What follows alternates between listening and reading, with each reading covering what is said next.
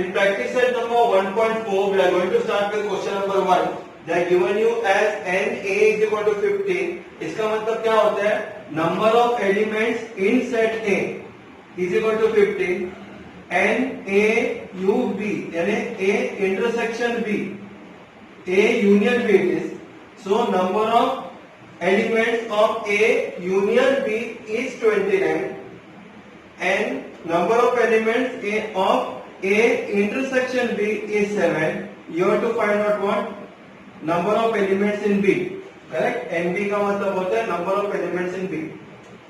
Now, here the formula is there. What is the formula? First one is that AN A U B. Number of elements of A union B is equal to, क्या करेंगे पता है? यहाँ पे मैं shortcut बताता हूँ आप लोगों को.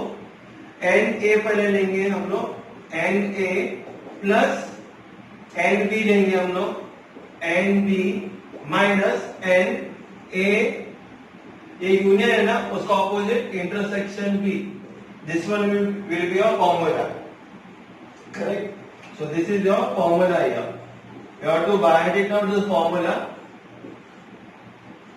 What it is? N A U B, A union B is equal to, ये अल्फाबेट को हम लोग अलग करेंगे N A plus B alphabet को अलग करेंगे N B minus N A U था, U को उल्टा करेंगे तो क्या बनेगा वो? It becomes intersection B here. What the concept here? So very simple formula it is. अब ये फॉर्मूला में क्या करेंगे? जो वैल्यू दिया वो डालेंगे हम लोग. कितना वैल्यू है ए यूनियन बी का? 29. सो राइट 29. एन ए का वैल्यू कितना है? 15. So right 15 plus N B तो नहीं दिया हुआ है, minus how much it is? 7. So therefore 29 is equal to 15 minus 7 कितना होता है? 8 plus N B. Therefore, number of elements in B is equal to क्या आएगा? 29 प्लस 8 इक्वल टू का लेफ्ट हैंड साइड में जाएगा तो minus 8. So it is equal to 21. So the final answer, n number of elements in B is how much? 21. Very easy sums. Only the thing is that you have to take care of the formula. Formula भी मैं आप लोगों को बहुत easy way से समझाया, जैसे कि और एक बार एक्सप्लेन करता हूँ. Number of elements of A union B, A U B दिया जाएगा तो क्या करेंगे हम लोग? ध्यान देने का यू आना चाहिए, मीन्स यूनियन बी. तो क्या करेंगे? ए को हम लोग अलग रखेंगे एन ए प्लस बी को अलग रखेंगे एन बी माइनस एन, जो यू था उसको उल्टा करेंगे हम लोग A intersection B. That's it. Now we see question number 2. So in practice set number 1.4, question number 2, they are given you in a hostel there were 125 students. तो पूरा hostel में कितने बच्चे थे? 125. तो वो क्या हो गया हमारा? Universal. Correct? So N U is equal to 125. अब इटरेट हियर. जो बच्चे लोग टी पीते हैं उनको क्या लेंगे हम लोग? N T. So let the number of student who drink tea is equal to 80. और जो बच्चे लोग कॉफी पीते हैं उनको हम लोग क्या लिखेंगे? S N bracket C. Number of students who drink coffee is equal to कितना दिया हुआ टेक्स्ट बुक में? 60. The students who drink at least 1 tea, दोनों में से कोई एक पीने वाला को नंबर नहीं दिया हुआ है तो हम लोग क्या लिखेंगे? N bracket T union C. I told you while writing the elements of the sets we are writing only one time. So only one drink we want here. It becomes what your T U C. That is not given question mark. और जो बच्चे लोग जो दोनों पीते, चाय भी पीते और कॉफी भी पीते, ऐसे कितने? 20. दोनों पीते का मतलब दोनों का कॉमन, कॉमन का मतलब क्या हो गया? Intersection. So T intersection C is how much? 20 is given in your test book. So you all know the formula. N T union C is equal to, क्या करेंगे? पहला टी अल्फाबेट लेंगे हम लोग. सो एन टी, बाद में सी alphabet लेंगे हम लोग, एन सी माइनस एन. क्या करेंगे? अभी ये टी यू सी सा, तो यू का हम लोग उल्टा करेंगे. we'll write it as what? T intersection C. So this becomes my formula. Now what we'll do here, we'll put on the values here. So चाय पीने वाले कितने हैं 80 प्लस कॉफी पीने वाले कितने हैं 60 माइनस दोनों पीने वाले कितने हैं 20. So it becomes what? 80 minus 20 60. 60 plus 60 is 120 here. Correct? So the students who drink at least one tea, either they drink tea or either they drink coffee, is how much? They are 120. What you have to find here? You have to find the number of students who does not drink tea or coffee. So what we do here? We write it on the question here. Students who does not drink tea or coffee is equal to what we do here? Total number of students hostel में कितने थे 125 minus N T union C. Correct? So total कितने थे 125.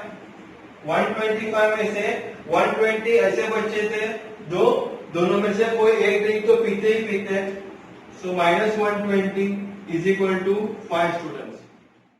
We'll add the final answer. 5 students does not drink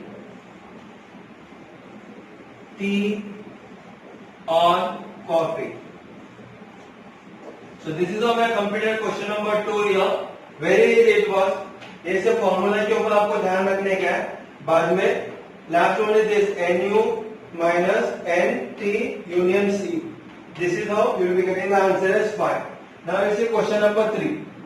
Now in question number 3 they have told you in a competitive exam 50 students pass in English, 60 students pass in maths, 40 students they pass in both the subjects and nobody fail in both the subjects. So what we will do here? Let the number of students who pass in English, यानी जो बच्चे लोग English में पास हो गए हम लोग क्या लेंगे NE इज इक्वल टू दिया हुआ 50. और जो बच्चे लोग मैथ्स में पास हो गए उसके लिए क्या लिखेंगे हम लोग NM means number of elements of M is equal to कितना दिया हुआ है 60. और जो बच्चे दोनों में पास हो गए यानी इंग्लिश में भी और मैथ्स में भी दोनों में पास हो गए इसका मतलब क्या हो गया कॉमन आएगा तो intersection between that. So N bracket open E intersection M is equal to कितना है 40. What you have to find it out? The number of students who pass at least in one subject. एक तो भी subject में बच्चा लोग पास हुआ है कि नहीं वो हम लोग को फाइंड आउट करने का है.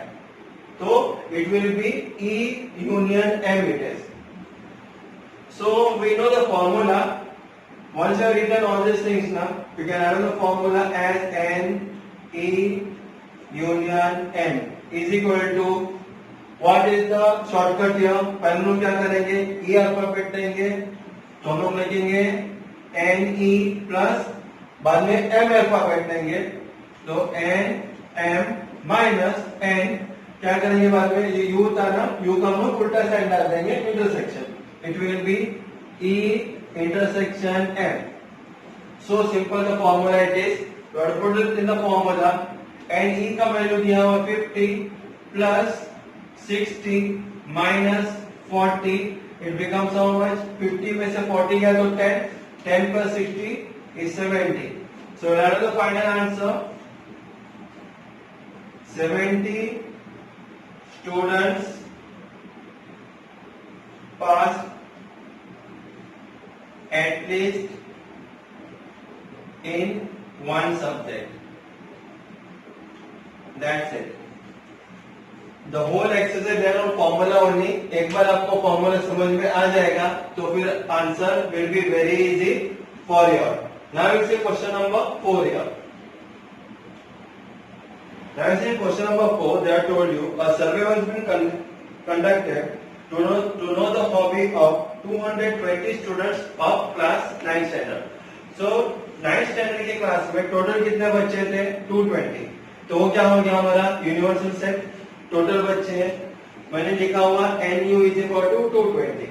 बाद में क्या किया हुआ है कि out of which 130 students have the hobby of rock climbing. तो मैंने लिखा let the number of students who have the hobby of rock climbing is equal to NA is equal to 130 and 180 students inform the hobby as sky watching। यानी 180 बच्चे ऐसे थे जिनको सिर्फ sky को देखते रहना अच्छा लगता था। तो late the number of students जिसको हॉबी था सिर्फ स्काई को देखना, मैंने क्या लिखा NB, ऐसे कितने थे इज इक्वल टू 180 स्टूडेंट्स। बाद में they are given you there are 110 students who follow both the hobby. तो मैंने लिखा let the number of students who has both the hobbies, यानी दोनों हॉबी है, एक तो रॉक क्लाइंबिंग का भी और स्काई वीविंग का भी। तो क्या आएगा, दोनों हॉबी है, इसका मतलब it becomes common, so it becomes a intersection. A intersection B is equal to 110। Now let the number of students who has at least one hobby दिया हुआ नहीं है टेक्स्ट बुक में, so I put it as question mark।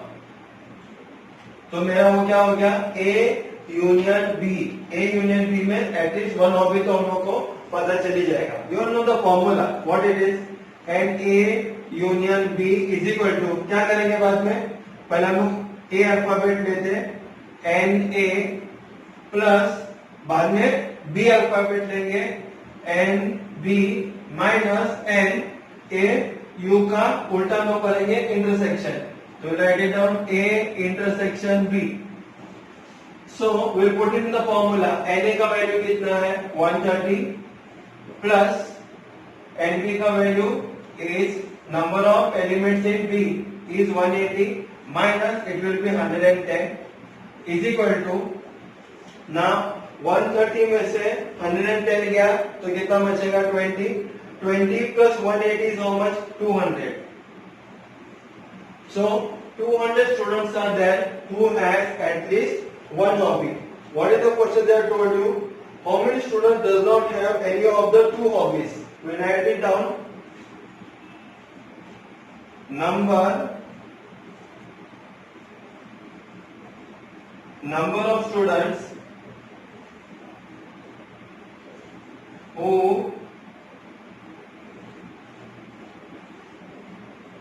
does not have any hobbies is equal to what, गए sum हम लोग ने किए थे क्वेश्चन नंबर 2 में। तो same type of sum it is, number of student who does not have any hobbies is equal to universal में से A यूनियन B को माइनस कर दो। So I write it down NU minus N A union B। So it becomes how much, कितना universal हमारे पास 220 minus 200, so it becomes my 20। so the number of students who does not have any hobbies are how much, they are 20। now next question they have told you, how many of them follow the hobby of rock climbing only? Students who has hobby of rock climbing only। Rock climbing का है hobby किसके पास है, अभी हमारे पास देखो late the number of student who है, तो hobby of rock climbing का है 130 है, करेक्ट। लेकिन यहाँ पे ऐसी भी एक हॉबी है स्टूडेंट्स का जिसके पास दोनों हॉबी है, रॉक क्लाइंबिंग का भी और स्काई वीविंग का भी। ऐसे कितने जन है 110 है। तो हम लोग क्या करेंगे पता है, NA minus NA intersection B, यानी जिसका सिर्फ रॉक क्लाइंबिंग का ही था ऐसा नहीं है, जो बच्चे का रॉक क्लाइंबिंग का हॉबी कितने जन का था 130 जन का था, माइनस दोनों हॉबी आ गए, रॉक क्लाइंबिंग का भी और स्काई वीविंग का भी। तो इसका क्या आएगा 110, it will be 20 students. So we got the answer of students who have the hobby of rock climbing. Now next question का answer will be writing down, students who has hobby of chi mean is equal to, again here it will be same, NB minus NA intersection B it will be.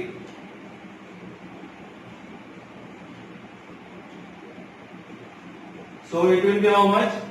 It is 180 minus 110, so it becomes your 70 students. So like this way we got all the three answers properly. The thing is that you have to just see to it कि how it works. और एक बार आपको ये formula अगर समझ में आएगा, बाद में का तीनों आंसर आपको इजीली आ ही जाएगा. Very easy sum it is, इसमें कुछ डिफिकल्टी है ही नहीं. We start with the fifth question now.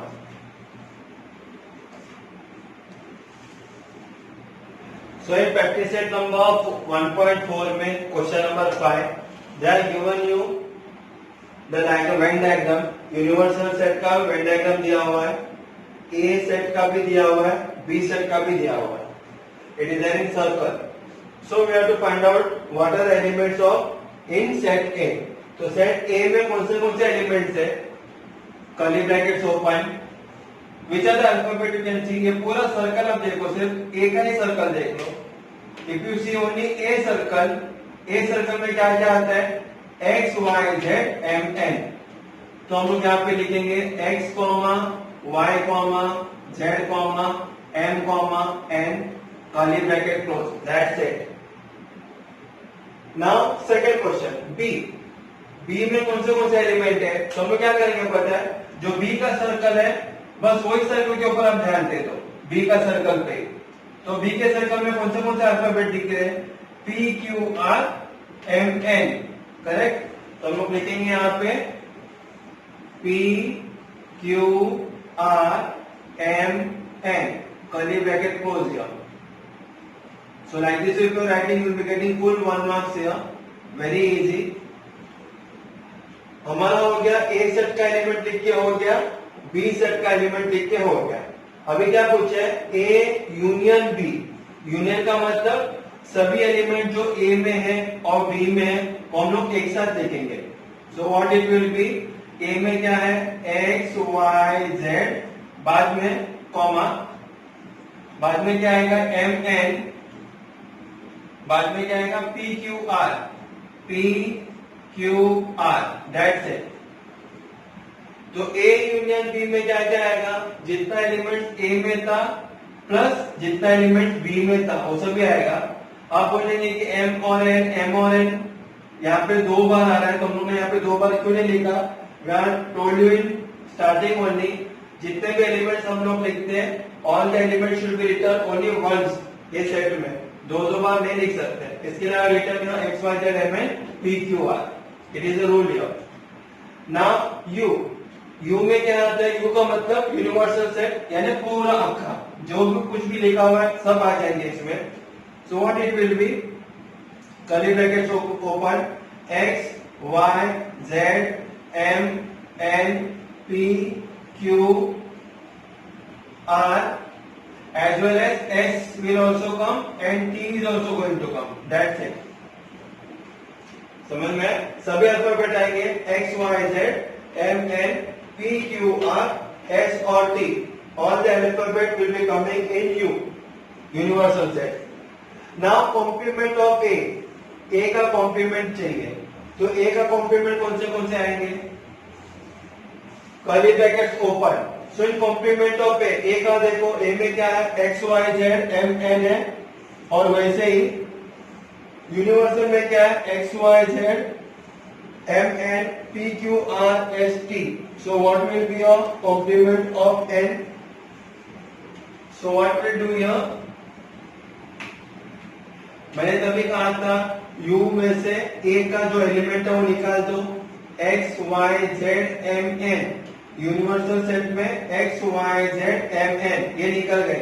तो क्या बचता है? P Q R S T बचता है. So write it here P Q R S T. That's it. Like this way. Now sixth sum, they are given you find the complement of B. अभी B का complement find out करने का है. So while finding out the complement of B, what we should do? First we have to open the curly brackets. बाद में B का complement चाहिए तो हम लोग क्या करेंगे, यूनिवर्सल में से B का एलिमेंट को निकाल देंगे. तो B का एलिमेंट में क्या है, P Q R M N. तो that element it is here P Q R M N. जितने भी बी का एलिमेंट था वो हम लोग ने क्या कर दिया, यू में से वो एलिमेंट को हम लोग ने डिडक्ट कर दिए.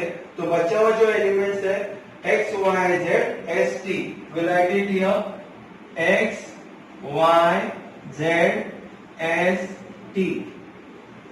सो this one will be your answer for complement of B here.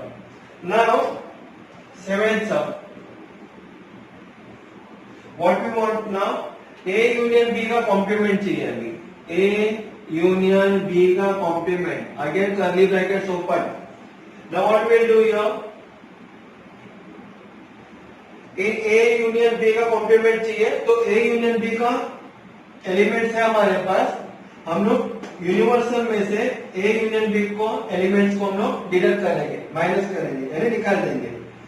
तो A union B में क्या, X Y Z M N, X Y Z M N चला गया. बाद में पी क्यू आर भी है ए यूनियन बी में, तो पी क्यू आर भी चला गया. क्या बचा है यू में, एस टी बच गया. तो I will write here S comma T. That's it.